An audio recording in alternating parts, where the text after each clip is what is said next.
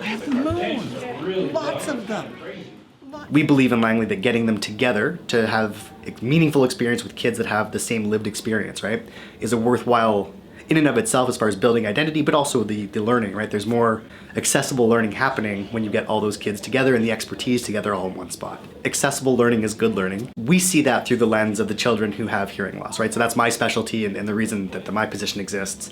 So I'm often thinking about, can they see a teacher? Are visuals being used well? Is the sound quality good in the classroom? Because it turns out when you can hear a teacher, you can learn better. I want them to feel like they belong, right? I want them to feel like they had an experience with their community where they can go into that group and kind of let their guard down a little bit because everybody's got hearing aids. Everybody's experienced the same things that they have. So I want them to feel connected and seen, right? And then of course, I want them to have had fun doing some coding and learning some skills and taking that tech savvy back with them to their schools.